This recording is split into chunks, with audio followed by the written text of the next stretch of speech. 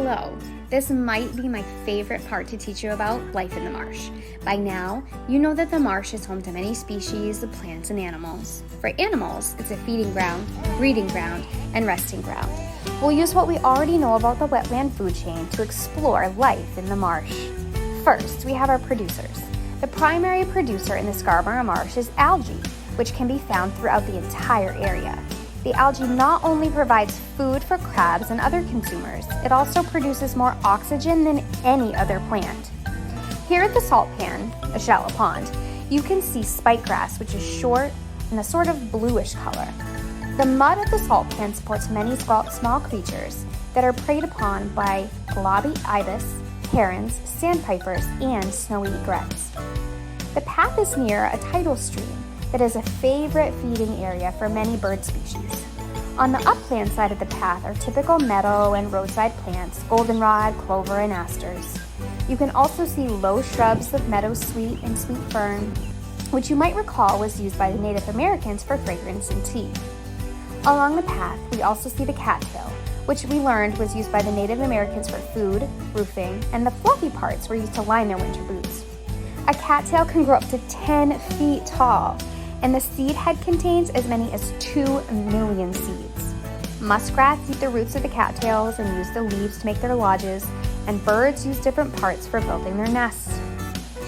Further down the trail, there's a small patch of woods and shrubs. You can see small white pine, pitch pine, and poplar trees. Do you see these tunnels pushing up through the soil? They're made by star-nosed moles.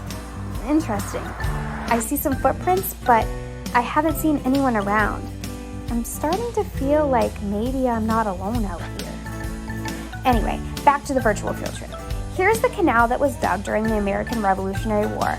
Along the canal is blackgrass, sea lavender, salt hay, and cordgrass. Across the canal is a patch of bayberry bushes. Here at the edge of the salt pan, you can observe willets, yellowlegs, glossy ibis, and sandpipers probing the mud for food. In the water are large schools of fish, including mummychugs and sticklebacks that feast on mosquito larvae and other small creatures.